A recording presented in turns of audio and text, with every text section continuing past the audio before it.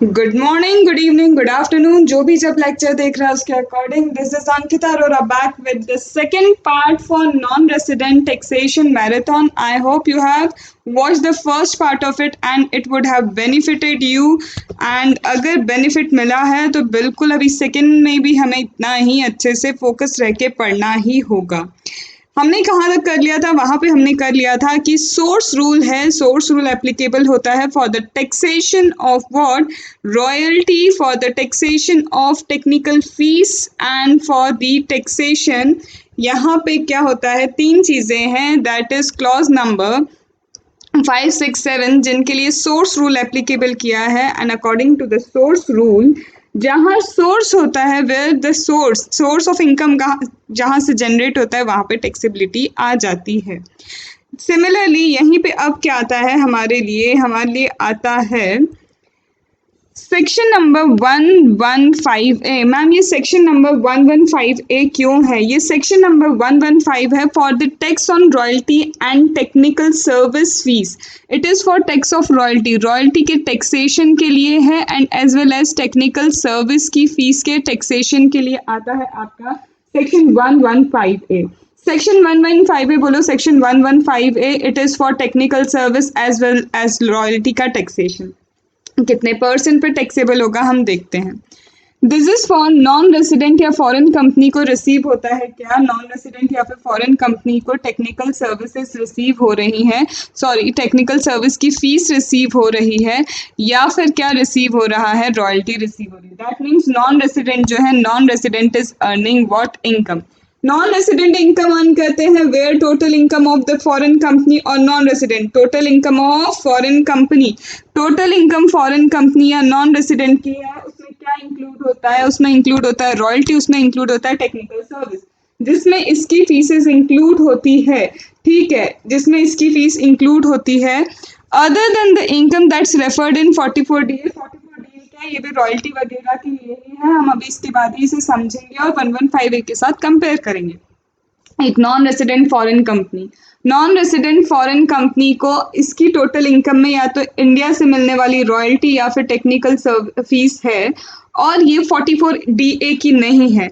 किससे रिसीव होती है? रिसीव होती है from the government in pursuance of an agreement, या फिर फ्रॉम एन इंडियन कंसर्न, या तो इंडियन कंसर्न से एग्रीमेंट के कारण, या फिर गवर्नमेंट से रिसीव होती है. तो ये जो रॉयल्टी है, royalty will be taxable at the rate of 10%, और ये टेक्निकल फीस भी 10% पे टैक्सेबल होगी. जितनी रॉयल्टी जितना टेक्निकल फीस उसका 10% टैक्स रेट हो जाएगा. जितनी रॉयल्टी जितना टेक्निकल फीस उसका 10% वुड बी टैक्सेबल. ठीक है, 10% की रेट से टैक्सेबल हो जाएगा. फिर यहाँ पे बोला है अगर DT डबल ए है, अगर उस कंट्री के साथ DT डबल ए है और ये DT डबल ए में कोई लोअर रेट बोला है, कोई लोअर रेट प्रेवेल करता है, तो उस केस में लोअर रेट प्रेवेल करेगा. यहाँ तक क्या किया? 115A, आंख बंद करो और सिर्फ सुनते जाओ. 115A किसके लिए? नॉन रेसिडेंट फॉरेन कंपनी की टोटल इनकम में अगर रॉयल्टी एंड टेक्निकल फीस आती है, तो अगर सेंट्रल गवर्नमेंट ने दी है इन परसुएंस ऑफ एन एग्रीमेंट, या फिर इंडियन कंसर्न देता है इन परसुएंस ऑफ एन एग्रीमेंट, इसको 10% ऑफ द रॉयल्टी या 10% ऑफ द टेक्निकल फीस पे ये टैक्सेबल हो जाएगा. ये इसका टैक्स रेट है. DTAA अगर लोअर रेट देता है तो ये लोअर रेट पे टैक्सेबल हो जाएगा. This is given in 115A. This is given in 115A. अब आगे 115A में कुछ और बातें भी कही गई हैं. 115A क्या बोलता है? 115A बोलता है ये स्पेशल रेट ऑफ टैक्स जो है, 115A ये बोलता है कि ये जो स्पेशल रेट ऑफ टैक्स है ये सिर्फ रॉयल्टी एंड टेक्निकल फीस पे ही लगेगा. यहाँ नहीं लिखा है, आपसे सुनो. सबसे पहले ये जो स्पेशल रेट है 10% का, ये रॉयल्टी इनकम पे ही लगेगा, टेक्निकल फीस पे ही लगेगा. मतलब जो अभी हमने पढ़ा है उसी पे लगेगा. इसके अलावा नॉन रेसिडेंट फॉरेन कंपनी की कोई इनकम होगी तो नॉर्मल रेट लगेगा. समझ रहे हो बात? देखो, अगर रॉयल्टी या फिर टेक्निकल फीस वाली है तो इस पे तो 10% से टैक्स रेट रख जाएगा क्योंकि ये स्पेशल रेट है. लेकिन अगर इसके अलावा कोई अदर इनकम होती है, इनके अलावा कोई अदर इनकम होती है नॉन रेसिडेंट की, if non resident has other income in spite of the royalty and technical fees, तो उस पर क्या होगा? उस पर normal rate will be taxable. Normal rate से ही टैक्सेबिलिटी आएगी. ठीक है, आया समझ में? ठीक है. इसके बाद क्या बोलता है? इसके बाद बोलता है क्या यहाँ पे कि अगर यहाँ पे देखो ये रहा, इसके बाद क्या बोलता है, इसके बाद बोला है there will be no deduction, कोई डिडक्शन नहीं होगा, कोई डिडक्शन नहीं मिलेगा सेक्शन 28 से 44C तक। 28 से 44C का कोई भी एक्सपेंस का डिडक्शन नहीं मिलेगा। No deduction in respect of an expense और allowance that is under section 28 to 44C, या फिर 57 जो अदर इनकम में आता है 57 के डिडक्शन, वो कुछ भी नहीं मिलेंगे। 115A 10% पे टैक्सेबल होगा, सेंट्रल गवर्नमेंट दे सकती है या फिर कौन, इंडियन कंसर्न दे सकता है इन परसुएंस ऑफ एन एग्रीमेंट, ठीक है। लेकिन यहाँ पे क्या बोला है, यहाँ पे ये बोला है उसमें ना तो कोई डिडक्शन आएगा और अदर इनकम होगी तो नॉर्मल रेट से टैक्सेबल होगी। फिर बोलते हैं यहाँ पे एक चीज आपने अगर ध्यान दी होगी तो इसमें यहाँ पे लिखा है जो हमने पढ़ा था, यहाँ क्या लिखा है, इन परसुएंस ऑफ एन एग्रीमेंट, और यहाँ इंडियन कंसर्न के लिए भी लिखा है इन pursuance of an agreement approved by central government, in pursuance of an agreement approved by central government. लेकिन यहाँ पे इंडियन कंसर्न में approval by the central government would not be required if, approval by central government would not be required if industry policy से क्या हुआ है, if matter included in industry policy, जिस चीज का ये एग्रीमेंट है, ये एग्रीमेंट अगर इंडस्ट्री की पॉलिसी में है तो यहाँ सेंट्रल गवर्नमेंट की अप्रूवल की जरूरत नहीं पड़ती। सिर्फ छोटी सी बात याद रखने को चाहिए। फिर इसके बाद आता है कोई डिडक्शन नहीं, डिडक्शन के बाद प्रोविजन, प्रोविजन पे जाते हैं तो सेट ऑफ कैरी फॉरवर्ड के जो प्रोविजंस होंगे, set off carry forward of losses के प्रोविजन एप्लीकेबल होंगे। अनअब्सॉर्ब डेप्रिसिएशन है carry forward of current year as well as brought forward of any business. Unabsorbed depreciation की अगर हम बात करें या फिर करंट ईयर या ब्रॉट फॉरवर्ड जो है डेप्रिसिएशन, करंट ईयर या ब्रॉट फॉरवर्ड डेप्रिसिएशन है किसी भी बिजनेस का, यहाँ पे can not be set off against this income. यहाँ पे अनअब्सॉर्ब डेप्रिसिएशन या फिर करंट या फिर ब्रॉट फॉरवर्ड लॉसेस किसी भी बिजनेस के हैं, दूसरे बिजनेस के, वो इस इनकम से आप सेट ऑफ नहीं कर सकते। रॉयल्टी या टेक्निकल फीस से सेट ऑफ नहीं पॉसिबल है, ना ही अनअब्सॉर्ब डेप्रिसिएशन ना ही लॉसेस कैरी फॉरवर्ड होंगे, ठीक है। इसके बाद डिडक्शन चैप्टर 6A का एप्लीकेबल है तो यस 6A का डिडक्शन एप्लीकेबल है, लेकिन यहाँ पे क्या याद रखना, यहाँ एक और बात याद रखना, आपको आरओआई फाइल करने की जरूरत नहीं पड़ेगी अगर यही इनकम है, सिर्फ रॉयल्टी टेक्निकल फीस की इनकम है और टीडीएस ऑलरेडी डिडक्ट कर लिया। 115A में बोला है, बहुत ध्यान से सुनना, थोड़ी सी मेरी स्पीड अब ज्यादा है तो आप थोड़ा कोप अप करना।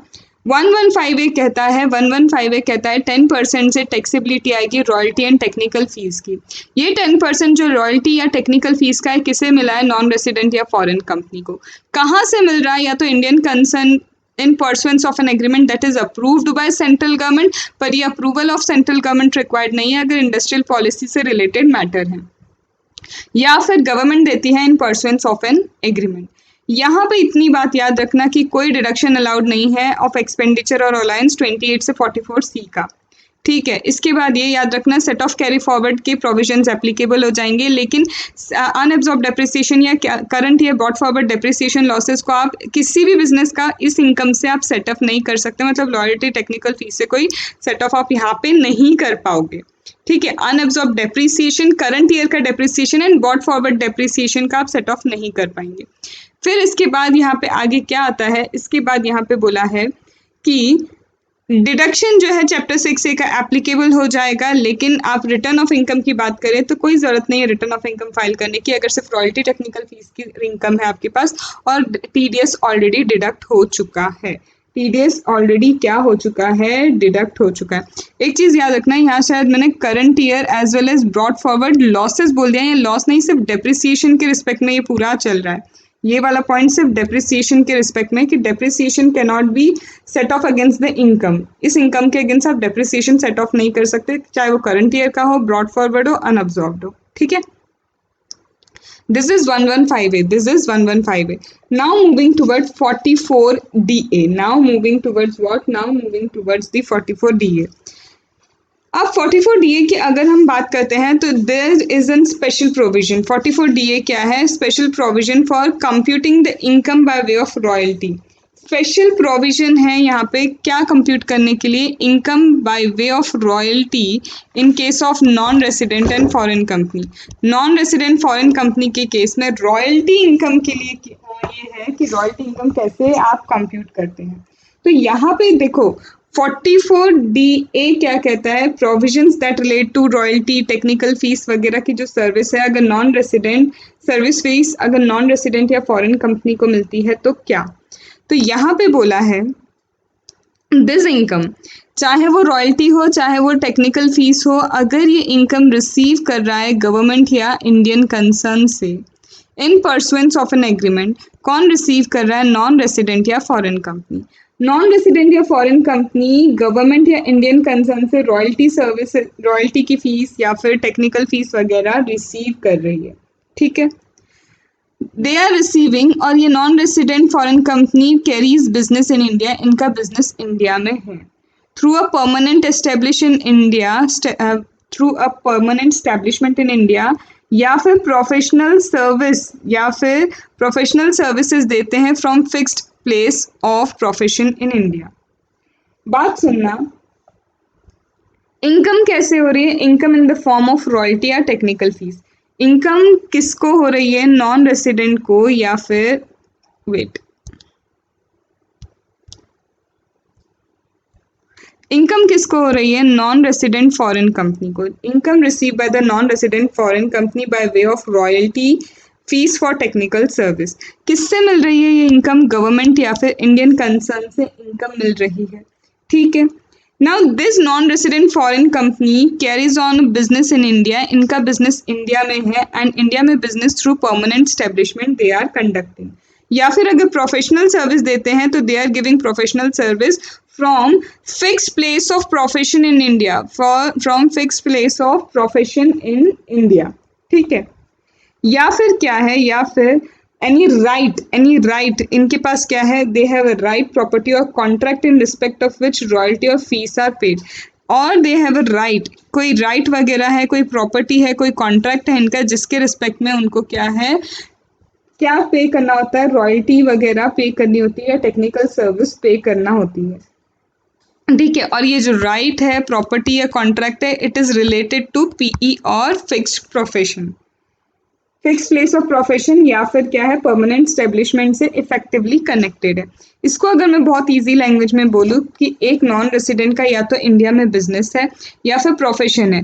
बिजनेस वो परमानेंट स्टेब्लिशमेंट से कंडक्ट करता है और प्रोफेशन वो फिक्स प्लेस ऑफ प्रोफेशन से कंडक्ट कर रहा है, या फिर इस पीई या फिर फिक्स प्लेस ऑफ प्रोफेशन से इसका, ये जो पीई है या फिक्स प्लेस ऑफ प्रोफेशन से इसका क्या है, इसका कोई रिलेटेड राइट है, प्रॉपर्टी या कॉन्ट्रैक्ट है जो इफेक्टिवली इससे रिलेट करता है, और इसके कारण उस नॉन रेसिडेंट या फॉरेन कंपनी को क्या मिल रहा है, रॉयल्टी या टेक्निकल फीस मिलती है in accordance with the provision of act. और ये जो उसको मिल रहा है रॉयल्टी और फीस, ये पीजीबीपी इनकम में उसके लिए टैक्सेबल है। This is taxable, it is computed under the head PGBP. ये उस नॉन रेसिडेंट के लिए क्या है, पीजीबीपी इनकम में टैक्सेबल है। ये नॉन रेसिडेंट के लिए क्या है, पीजीबीपी इनकम में टैक्सेबल हो जाती है अंडर दिस हेड, ठीक है। तो यहाँ पे एक्सपेंस तो अलाउ होंगे, दोज एक्सपेंस जो होली इनकर किए जा रहे हैं, एक्सक्लूसिवली इनकर किए जा रहे हैं for business and profession. Non resident India में बिजनेस करता है जो पीजीपीपी में उसके लिए टैक्सेबल होती है, उसे रॉयल्टी वगैरह मिल रहा है, उसे टेक्निकल फीस मिल रहा है जो पीजीपीपी में टैक्सेबल है, तो उस केस में expenses exclusively for the business purpose allow हो जाएंगे। Expenses exclusively for the purpose of business क्या हो जाएंगे, अलाउ हो जाएंगे। कौन से ऐसे एक्सपेंसेस जो अलाउ नहीं होंगे, तो वो एक्सपेंसेस अलाउ नहीं होंगे जो क्या है, not Holi exclusively for the business of permanent establishment और फिक्स प्लेस ऑफ प्रोफेशन। जो एक्सक्लूसिवली बिजनेस प्रोफेशन के लिए वो तो अलाउ हो जाएंगे, लेकिन जो exclusively not Holi for permanent establishment या फिक्स प्लेस, वो अलाउ नहीं होंगे। यहाँ से इसका मतलब निकल रहा है होली एक्सक्लूसिवली बिजनेस प्रोफेशन के लिए अलाउ होंगे, अदरवाइज अलाउ नहीं होंगे।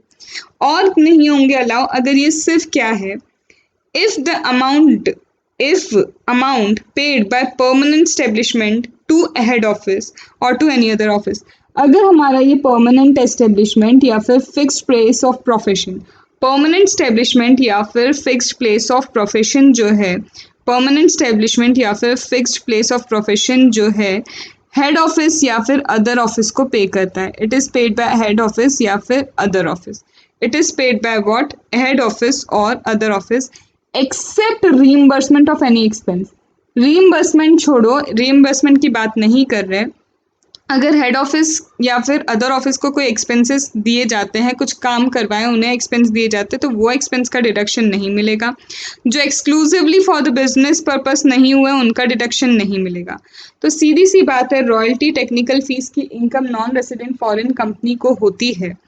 वो इनकम पीजीबीपी में टैक्सेबल होती है। यहाँ पे उसका परमानेंट स्टेब्लिशमेंट है, fix place of business in India है, या फिर राइट प्रॉपर्टी या कनेक्शन विद दिस पीई और फिक्स प्लेस ऑफ स्टेब्लिशमेंट है जो पीजीबीपी में टैक्सेबल होता है। जिसका एक्सपेंस क्या है, जिसका एक्सपेंस अलाउड होगा अगर एक्सक्लूसिवली पीई और एफपी के लिए किया गया है। क्या अलाउड नहीं होगा, अगर हेड ऑफिस को कोई एक्सपेंस पहुंचाए other than reimbursement. Reimbursement allowed है, अदर देन रीइंबर्समेंट यहाँ पे अलाउड नहीं होगा। तो यहाँ पे क्या है, इस तरह से डिडक्शन अलाउ करके टैक्सेबिलिटी आप क्या कर सकते हैं, इनकम कंप्यूट कर सकते हैं। इस तरह से डिडक्शन वगैरह अलाउ करके इनकम कंप्यूटेशन की जा सकती है। अब यहाँ पे मेरी बात सुनना, यहाँ पे क्या सुनना, ये 44DA, ये जो 44DA है, यहाँ पे क्या बोला गया है, यहाँ पे बोला गया है the provisions of 44DA are mandatory and SSC can not opt for 115A where 44DA applies. अगर एसएससी की इनकम पीजीबीपी हेड में रॉयल्टी वाली जो इनकम है, एसएससी का फिक्स्ड एस्टेब्लिशमेंट इंडिया में है या फिर परमानेंट एस्टेब्लिशमेंट इंडिया में, एसएससी का फिक्स्ड एस्टेब्लिशमेंट या परमानेंट एस्टेब्लिशमेंट इंडिया में है, मतलब 44DA एप्लीकेबल होगा। तो जहां 44DA एप्लीकेबल है वो मैंडेटरी है। SSC can not opt for 115A जो हमने 10% वाला देखा था, तब उसे नॉर्मल रेट जो पीजीबीपी का होता है उसी के अकॉर्डिंग क्या करना होगा, टैक्स भरना होगा, 10% नहीं भर पाएगा। तो 44DA is mandatory and SSC can not opt for section 115A।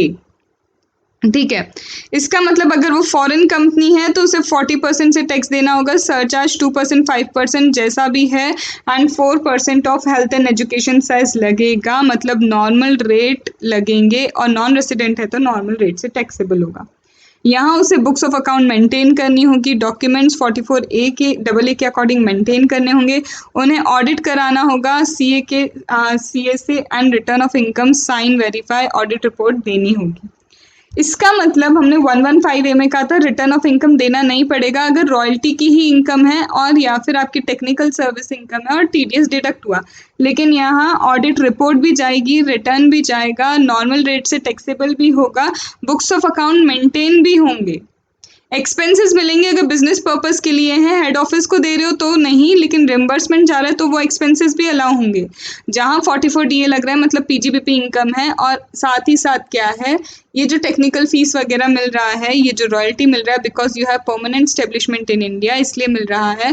तो यहाँ पे एक चीज मान के चलो कि यहाँ पे 44DA लगेगा, और जहां DA लगेगा वहाँ 115A के लिए आप ऑप्ट नहीं कर सकते। Non resident can not opt for this. Non resident क्या नहीं कर सकता, ऑप्ट नहीं कर सकता।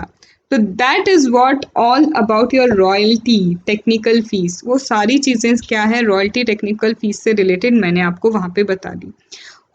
आई होप आपको समझ में आई होगी, आपको अच्छा मतलब एक अंडरस्टैंडिंग डेवलप हो जाएगी ना, तो इजीली आप कॉन्सेप्ट को लर्न कर पाओगे। मेरा काम इतना है कि एक बार अंडरस्टैंडिंग दे देना है हर एक कॉन्सेप्ट की, ताकि आपको फिर जब खुद से करोगे तो एफर्ट्स नहीं लगाने पड़े, क्योंकि आपके पास ऑलरेडी एक बार दिमाग में 2-4 बार जब मैंने बोला है तो चीज़ें गई होंगी। अब हम आते हैं वोडाफोन केस पे। अब हम किस पे आते हैं, हम आते हैं वोडाफोन के केस पे।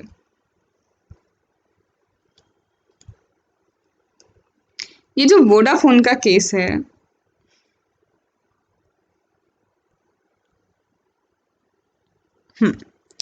ये जो वोडाफोन का केस है ये किससे रिलेट करता है, ये जो हमारा वोडाफोन का केस है ये अगेन इनकम जो सेक्शन नंबर 9 है इसमें कुछ अमेंडमेंट हुए थे इस वोडाफोन के केस के कारण। Due to the case of Vodafone, there were certain amendments that took place in section number 9. Due to the case of Vodafone, there were certain amendments that took place in section number 2, subsection 14, that is capital asset. Due to the case of Vodafone, certain amendments took place in 2 subsection 47, that is transfer. That is what? Transfer. तो यहाँ पे ये जो Vodafone का case है क्या है, ध्यान से सुनना। यहाँ पे ये जो है Hutch Asher limited, Hutchison Asher limited एक इंडियन कंपनी है। This is what HEL, HEL is an Indian company, ठीक है। HEL इंडियन कंपनी है। अब ये जो इंडियन कंपनी है, यहाँ पे मॉरिशस में CGP एक फॉरेन कंपनी है।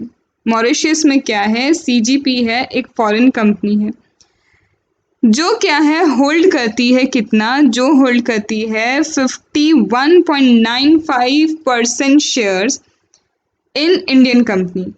CGP कंपनी जो है, ये CGP कंपनी के पास क्या है? ये CGP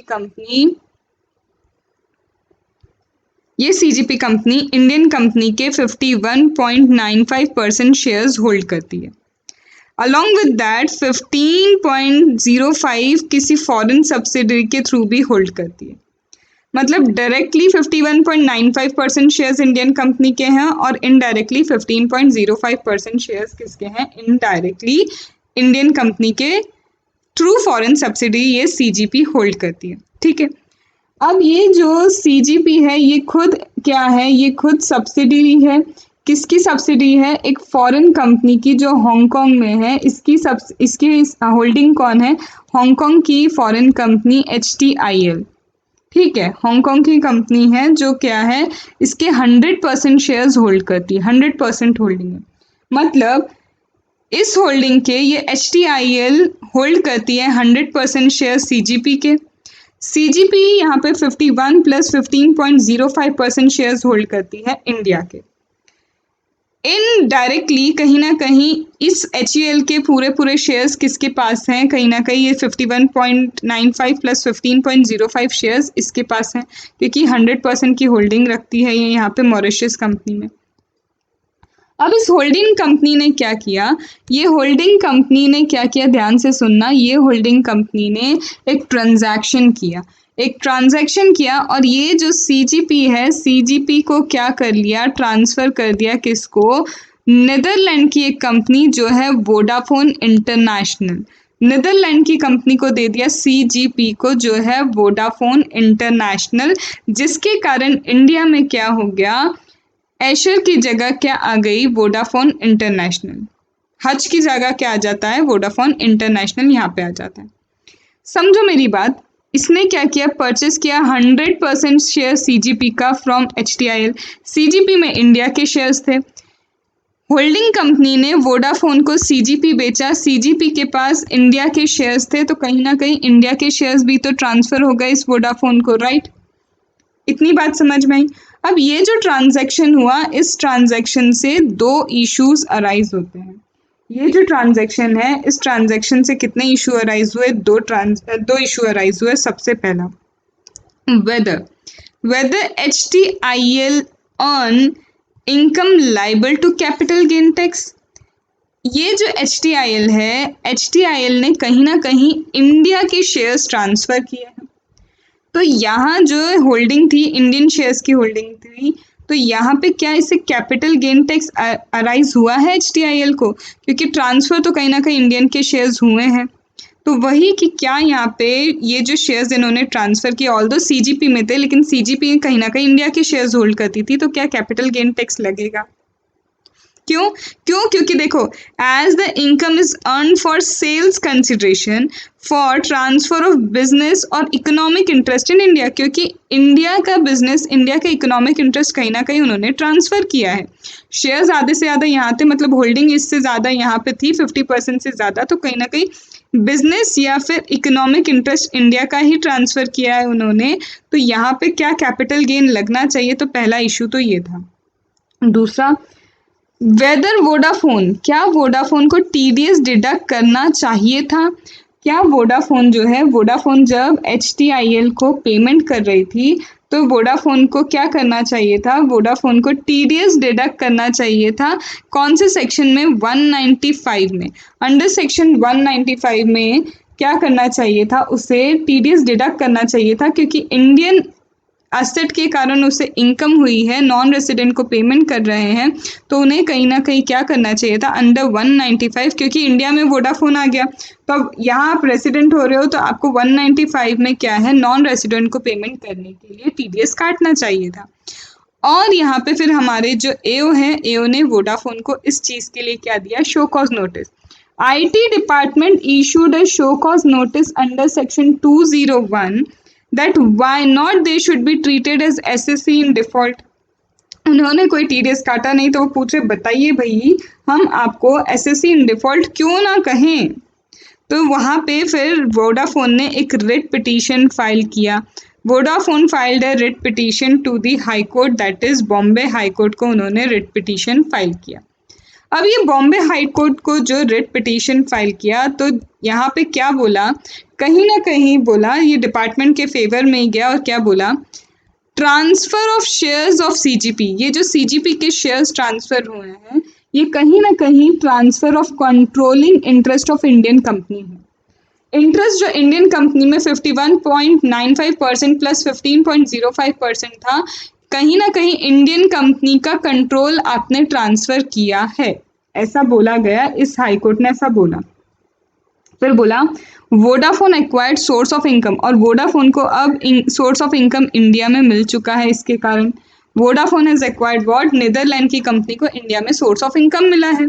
सो इसका मतलब उन्होंने क्या किया है, so they earn capital gain tax in India, इसका मतलब इंडिया में because of transferring the controlling interest capital gain हुआ है उनको, that is taxable in India. ठीक है, तो यहाँ टैक्सेबल क्या है, टैक्सेबल है क्योंकि इंडिया की एसेट जो है, एसेट सिचुएटेड इन इंडिया, वो कहीं ना कहीं इंडिया में जो एसेट सिचुएटेड है, शेयर्स वगैरह इंडिया के हैं, कंट्रोलिंग इंटरेस्ट इंडिया के, वो ट्रांसफर हुए हैं। ऑल्दो एक नॉन रेसिडेंट ने दूसरे नॉन रेसिडेंट को ट्रांसफर किए, पर एसेट तो इंडिया में सिचुएटेड थी, तो कैपिटल गेन टैक्सेबल है जो हुआ है, जो इंडिया में टैक्सेबल है। इसका मतलब वोडाफोन को तो क्या करना चाहिए था, टीडीएस काटना ही चाहिए था। पहली चीज तो कैपिटल गेन टैक्स हुआ है और उस पर टीडीएस भी कटना चाहिए था। Decision in the favour of department गया। वोडाफोन ने फिर से रिव्यू पिटीशन सुप्रीम कोर्ट को फाइल किया और सुप्रीम कोर्ट ने इस डिसीजन को रिवर्स कर दिया कि एक नॉन रेसिडेंट ने दूसरे नॉन रेसिडेंट को ट्रांसफर किया है और ट्रांसफर सीजीपी के शेयर्स ट्रांसफर हुए हैं। सीजीपी के शेयर्स क्या हुए, ट्रांसफर हुए हैं, जो डायरेक्टली इंडियन कंपनी के शेयर्स नहीं गए हैं, सीजीपी के को ट्रांसफर किया गया है, ऐसा हाई कोर्ट ने सुप्रीम कोर्ट ने कहा हाई कोर्ट के डिसीजन को रिवर्स करते हुए। इसको देखते हुए फिर डिपार्टमेंट ने क्या किया, कुछ अमेंडमेंट किए एंड एओ हैज, यहाँ पे क्या बोला, यहाँ पे इसने बोला सबसे पहले सुप्रीम कोर्ट ने कि AO has no jurisdiction to tax transaction that is taken place outside India and transfer was the share of foreign company of CGP, not Indian business। इसको लेके फिर फाइनेंस एक्ट में रेट्रोस्पेक्टिव अमेंडमेंट आता है। यहाँ पे फिर ये देखते हुए रेट्रोस्पेक्टिव अमेंडमेंट आया क्योंकि देखा जाए तो इंडियन कंपनी के शेयर्स इनडायरेक्टली ट्रांसफर किए गए थे। ठीक है, तो यहाँ पे क्या हुआ, अमेंडमेंट आया।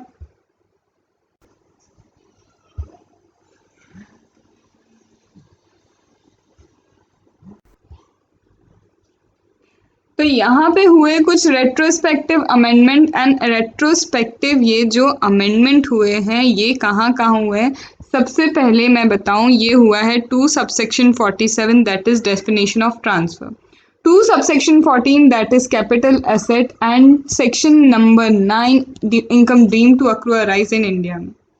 तो यहाँ पे 247 में इन्होंने इंक्लूड किया क्या कि डिस्पोजिंग और पार्टिंग विथ asset और interest।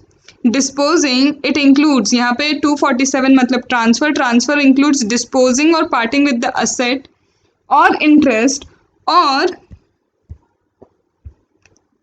creating any interest in any asset directly indirectly by an agreement entered into India or outside India, whether such transfer of right effected on transfer of share of company incorporated outside India. क्या बोला है ये, यहाँ बोलते हैं 247 में इन्होंने amendment किया और 247 के अमेंडमेंट में इन्होंने क्या कहा कि अगर आप या तो ट्रांसफ़र करते हैं तो ट्रांसफ़र इंक्लूड करता है डिस्पोजिंग और पार्टिंग विद द असेट और इंटरेस्ट। किसी असेट को, किसी इंटरेस्ट को आप डिस्पोज ऑफ कर रहे हैं ट्रांसफ़र कर रहे हैं, पार्ट ऑफ कर रहे हैं वो, और साथ ही साथ इंक्लूड होता है, या फिर किसी creating any interest in an asset, किसी एसेट में आपका इंटरेस्ट क्रिएट करना है डायरेक्टली इनडायरेक्टली किसी एग्रीमेंट में, चाहे वो एग्रीमेंट इंडिया में एंटर हुआ हो या फिर वो एग्रीमेंट इंडिया के बाहर एंटर हुआ हो। वेदर सच ट्रांसफर, यहाँ पे देखो एक असेट है, असेट में डायरेक्टली इनडायरेक्टली आपका इंटरेस्ट है।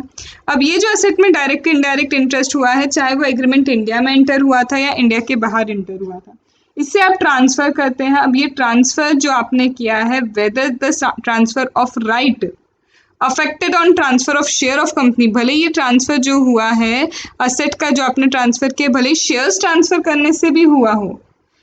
यहाँ पे सीधी बात समझना, वोडाफोन में क्या हुआ, interest in the Indian company में इंटरेस्ट था, इंडियन कंपनी में क्या था, सीजीपी का इंटरेस्ट था, सीजीपी ट्रांसफर हुई, सीजीपी क्या हो गई, ट्रांसफर हो गई, तो सीजीपी ट्रांसफर हुई मतलब इंडियन कंपनी के शेयर्स भी ट्रांसफर हो गए।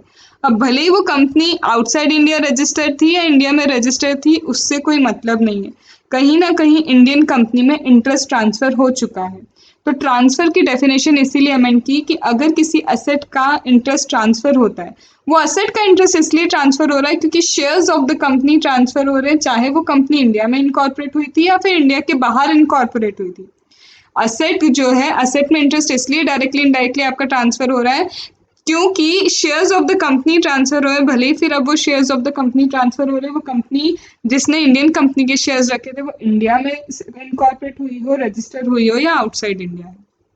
ठीक है, फिर इसी के साथ अमेंडमेंट हुआ किसका, कैपिटल असेट के डेफिनेशन का। 214 is the capital asset definition. यहाँ बोला कैपिटल एसेट की definition will include any right in respect to the Indian company including right और मैनेजमेंट और कंट्रोल। कैपिटल एसेट मतलब इंडियन कंपनी में राइट होना, कैपिटल एसेट का मतलब है इंडियन कंपनी में राइट होना। जनरली कैपिटल एसेट क्या है, any kind of movable property, any kind of movable property, immovable property capital asset मानी जाती है। ठीक है, वेदर और not connected to the business, यहाँ पे बोला वो प्रॉपर्टी इंक्लूड करती है अगर इंडियन कंपनी में कोई राइट है, और वो राइट हो सकता है मैनेजमेंट राइट, कंट्रोल राइट या किसी और तरह का राइट। मतलब इंडियन कंपनी में किसी तरह का राइट भी होगा तो वो कैपिटल एसेट कंसिडर होगा, और इस कैपिटल एसेट को अगर ट्रांसफर किया है थ्रू शेयर ट्रांसफर तो वो क्या होगा, ट्रांसफर माना जाएगा। और इसीलिए बोला है कि अगर बिजनेस कनेक्शन इंडिया में है, कोई प्रॉपर्टी सोर्स ऑफ इनकम अगर ट्रांसफर होता है, अगर बिजनेस कनेक्शन इंडिया में है, कोई प्रॉपर्टी सोर्स ऑफ असेट अगर क्या होता है, ट्रांसफर किया जाता है आउटसाइड इंडिया, कोई प्रॉपर्टी है ट्रांसफर की जाती है आउटसाइड इंडिया, चाहे डायरेक्टली ट्रांसफर करो इनडायरेक्टली ट्रांसफर करो, कंपनी इंडिया में रजिस्टर्ड हो या इंडिया के बाहर रजिस्टर्ड हो, तो यहाँ वो माना जाएगा कि उस शेयर को ट्रांसफर करके जो इंडियन कंपनी में आपने राइट रखा था, वो राइट किससे है, शेयर से है, वो शेयर्स ट्रांसफर हुए, तो वो शेयर्स ट्रांसफर करने से चाहे वो कंपनी इंडिया में इनकॉर्पोरेट थी या बाहर इनकॉर्पोरेट थी, आपको कोई इनकम हुई है तो वो income deem to accrue in India मानी जाएगी। पर ये याद रखना, जो कंपनी अपने असेट्स को ट्रांसफर कर रही है, जो कंपनी क्या कर रही है, अपने असेट्स को ट्रांसफर कर रही है, तो वो कंपनी को इंडिया से, जो कंपनी अपने एसेट को ट्रांसफर कर रही है उसको इंटरेस्ट डिराइव होना चाहिए, उसको क्या होना चाहिए, इंटरेस्ट डिराइव होना चाहिए, उससे इनकम डिराइव होना चाहिए, substantial value of the income derive होना चाहिए फ्रॉम द शेयर और interest that is situated in India. CGP ने जब असेट्स अपने आप को ट्रांसफर किया है तो सीजीपी को सब्सटेंशियल वैल्यू जो है उसकी इनकम सब्सटेंशियली डिराइव करती है, वो कहाँ से, इंडियन कंपनी के शेयर से। तो यहाँ पे तब डीम टू अक्रू अराइज माना जाएगा अगर company registered incorporated outside India है, वो उसके शेयर्स को ट्रांसफर करती है और उसके जो शेयर्स है वो सब्सटेंशियल वैल्यू डिराइव करते हैं फ्रॉम द शेयर्स और interest of the Indian company from the asset that are located in Indian company. India में उसके असेट लोकेटेड है और इंडिया से उस सीजीपी को सब्सटेंशियल इंटरेस्ट डिराइव हुआ है, तो इसका मतलब deem to accrue arise in India होगा। इसका मतलब क्या है, deem to accrue arise in India क्या होगा, आपकी इनकम मानी जाएगी। अब deem to accrue arise in India का मतलब क्या है? ये जो deem to accrue arise in India की मैं बात कर रही हूँ, सब्सटेंशियल इंटरेस्ट की बात कर रही हूँ, तो यहाँ पे ये सब्सटेंशियल वैल्यू क्या होती है? तो सब्सटेंशियल वैल्यू का मतलब है value of asset specified date को कितनी होनी चाहिए। वैल्यू ऑफ द असेट जो है, जिस डेट को ये ट्रांसफर हो रहा है, जिस डेट को ये ट्रांसफर हो रहा है, या फिर स्पेसिफाइड डेट क्या होगी वो अभी मैं आपको बताऊंगी। तो ये जो स्पेसिफाइड डेट है, स्पेसिफाइड डेट को जो वैल्यू है असेट की वैल्यू होनी चाहिए 10 करोड़ से ज़्यादा। It should exceed the amount of 10 crore. along with that along with that at least 50% of the value of all asset incurred by the company, owned by the company or entity as the case may be। Overall जितनी भी asset है उसका 50% value at least होना चाहिए।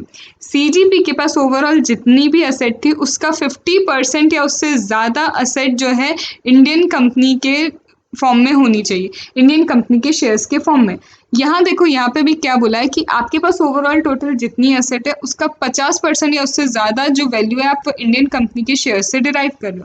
तो at least 50%, overall asset की value का 50% जो है, एटलीस्ट 50% वो इंडियन कंपनी के एसेट से ही आता है।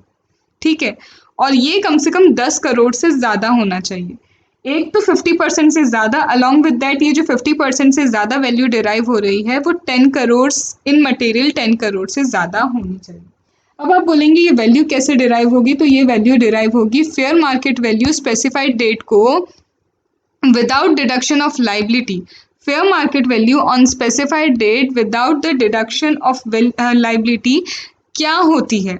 अब ये असेट की जो फेयर मार्केट वैल्यू है, लाइबिलिटी हमें डिडक्ट नहीं करनी, तो असेट की वैल्यू 31 मार्च को क्या ये स्पेसिफाइड डेट को क्या होगी? तो सबसे पहले जानते हैं ये स्पेसिफाइड डेट क्या है। तो ये स्पेसिफाइड डेट है जिस दिन ट्रांसफर हुआ, जिस डेट को ट्रांसफर हुआ, जिस डेट को क्या हुआ, ट्रांसफर हुआ, उस डेट को सपोज करो 1 जुलाई को ट्रांसफर किया, 1 जुलाई 2018 को। सपोज 1 जुलाई 2018 से पहले 31 मार्च कब आ रहा है? ये आ रहा है 2018 को। तो जिस दिन ट्रांसफर हुआ उससे पहले का ईयर एंड डेट क्या है? तो उसके पहले की जो ईयर एंड डेट है उस दिन इस असेट की जो फेयर मार्केट वैल्यू है विदाउट रिडक्शन ऑफ लाइबिलिटी वो आपकी कहलाएगी स्पेसिफाइड डेट।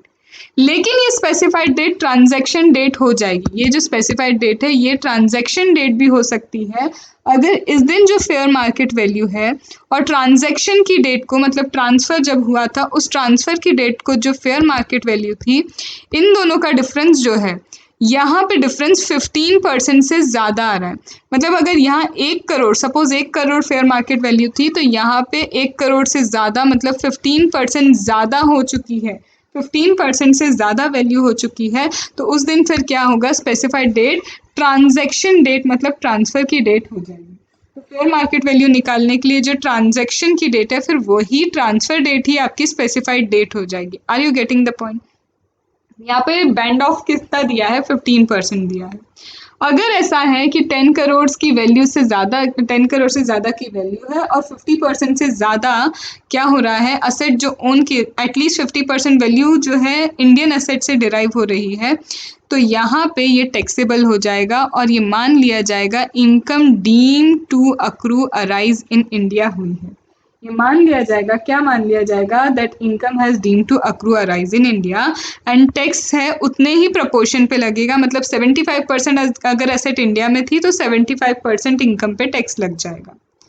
ये टैक्स तब नहीं लगेगा अगर एमालगमेशन या डीमर्जर हो रहा है। कंपनियों का एमालगमेशन डीमर्जर होता है तब ये टैक्स नहीं लगता है। और दूसरी चीज़, no income shall be deemed to accrue arise to a non resident from transfer outside India shares या interest of the company, that company whether registered outside India, वो कंपनी अगर इंडिया के बाहर रजिस्टर्ड है। If यहाँ पे अभी तक क्या बोला कि टैक्स लगेगा, income deem to accrue arise in India होगी। अब कब ऐसा होगा कि no income will be deem to accrue arise in India? तो अगर जो नॉन रेसिडेंट है, नॉन रेसिडेंट ने इंडिया के बाहर शेयर्स और इंटरेस्ट ट्रांसफ़र किए, उसकी वो कंपनी जो है इंडिया के बाहर रजिस्टर्ड है, लेकिन जो राइट एंड कंट्रोल है जो राइट ऑफ कंट्रोल या मैनेजमेंट है उस नॉन रेसिडेंट के पास, वो कभी भी 5% से ज़्यादा नहीं गया है। वो कभी भी क्या हुआ है, 5% से ज़्यादा नहीं गया, और वो कभी भी क्या है, वो कभी भी है any time in 12 month preceding the date of transfer. Date of transfer से पहले उस नॉन रेसिडेंट के पास 5% तक ही वोटिंग पावर था, वोटिंग राइट्स थे, उससे ज़्यादा का शेयर्स उसने ओवरऑल कभी पिछले 12 महीने में होल्ड नहीं किया है फॉरेन कंपनी में। इंडियन कंपनी के जो शेयर्स है 5% से ज़्यादा उसने होल्ड नहीं किए। अब वो नॉन रेसिडेंट दूसरे नॉन रेसिडेंट को बाहर अगर ट्रांसफ़र भी करता है उन शेयर्स को, इंडिया के शेयर्स हैं, तो यहाँ पे क्या हो जाएगा, उस नॉन रेसिडेंट के लिए बोल रहे हैं, उस नॉन रेसिडेंट के लिए फिर income deem to accrue arise in India नहीं मानी जाएगी। ये जो केस है वोडाफोन का केस क्या कहता है, इंडिया की कंपनी है, इंडियन कंपनी में शेयर्स होल्ड करते हो, शेयर्स होल्ड किए एक फॉरेन की कंपनी ने, वो फॉरेन कंपनी अगर दूसरी फॉरेन कंपनी को शेयर्स ट्रांसफ़र करती है तो इनकम डीम टू अक्रू और अराइज इन इंडिया होगा। क्यों? अगर सब्सटेंशियल वैल्यू डिराइव करती है वो फॉरेन कंपनी इंडिया के शेयर्स से। सब्सटेंशियल वैल्यू का मतलब मोर देन 10 करोड़ वैल्यू होनी चाहिए उन शेयर्स की, और ओवरऑल टोटल असेट आपके पास जितनी है उसका 50% एटलीस्ट इंडियन कंपनी के शेयर्स होने चाहिए। ये वैल्यू देखोगे आप, fair market value transfer date से पहले जो ईयर एंडिंग डेट आती है, वो ईयर एंडिंग डेट की जगह ट्रांसफ़र वैल्यू की ट्रांसफ़र डेट ही देखेंगे अगर ईयर एंड पे जो वैल्यू थी और ट्रांजैक्शन डेट पे जो वैल्यू थी उसमें 15% से ज़्यादा का डिफरेंस आ रहा है on the date of transaction date. ठीक है, यहाँ पे अमेलगमेशन डीमर्जर होता है तो कोई भी income deem to accrue arise in नहीं इंडिया नहीं मानी जाएगी। अगर एक नॉन रेसिडेंट ओनली पिछले 12 महीने में 5% तक ही वोटिंग पावर रखता है, उससे ज़्यादा कभी नहीं रखे, और वो अगर वो ट्रांसफ़र करता है outside India to another non resident, तो यहाँ पे income deem to accrue arise in India नहीं मानी जाएगी। This was overall crux of Vodafone.